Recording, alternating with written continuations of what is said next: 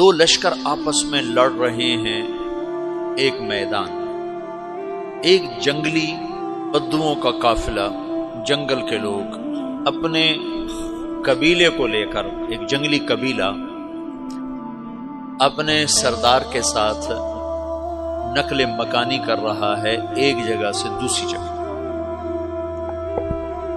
اللہ کا نظام کہ یہ لوگ چلتے چلتے چلتے اس وادی میں پہنچ گئے جہاں جنگ ہو رہی ہے، دو لشکر آپس میں لڑ رہے ہیں۔ جب یہ وہاں پہنچتے ہیں تو ایک لشکر کے قدم اکھڑ رہے ہیں اور دوسرا غالب آ رہا ہے۔ ان کو نہیں پتا شکست کھانے والے کون ہیں اور فتح پانے والے کون ہیں، ان کو نہیں پتا۔ اس جنگلی قبیلے کے سردار کا نام بھی تغرل ہے، تغرل۔ تو یہ سردار کہتا ہے جو شکست کھا رہے ہیں ان کی مدد کرو، کچھ پتہ نہیں کون ہے، کہتا جو شکست کھا رہے ہیں ان کی مدد کرو۔ تو 400 وحشی جنگلیوں نے فاتح لشکر کے پیچھے حملہ کر دیا۔ تو ایک کافی ہوتا تھا، 400 دوڑ دوڑ جب تلواریں پڑیں تو چند لمحوں میں نقشہ بدل گیا، بھاگنے والے جم گئے اور جمنے والے بھاگ پڑے۔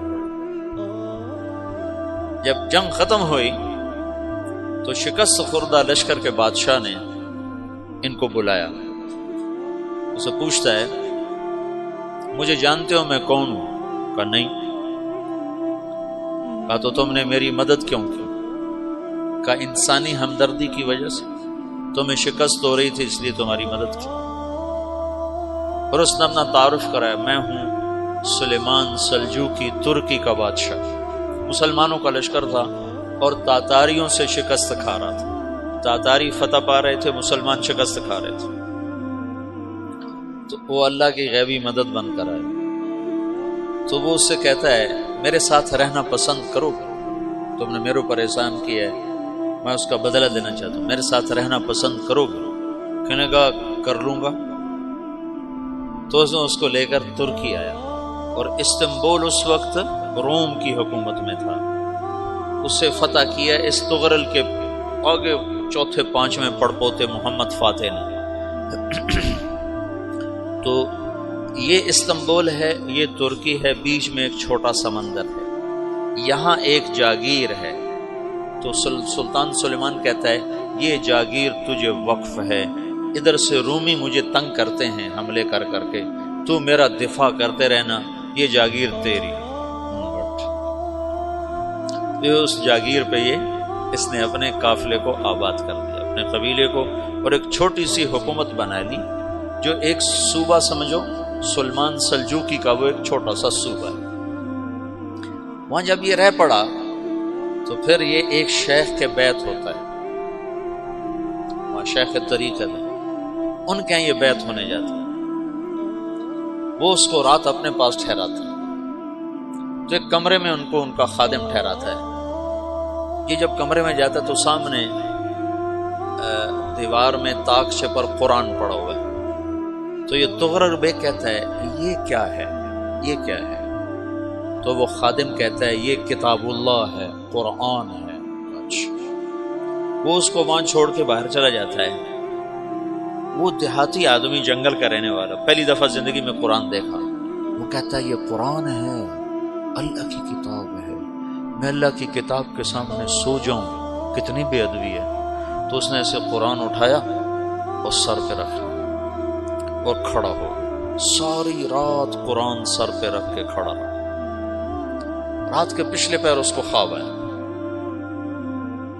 کھڑے کھڑے اس نے دیکھا کہ اس کی پشت سے ایک چاند نکلا اور شیخ کی بیٹی کے سینے میں جا کے اتر گیا۔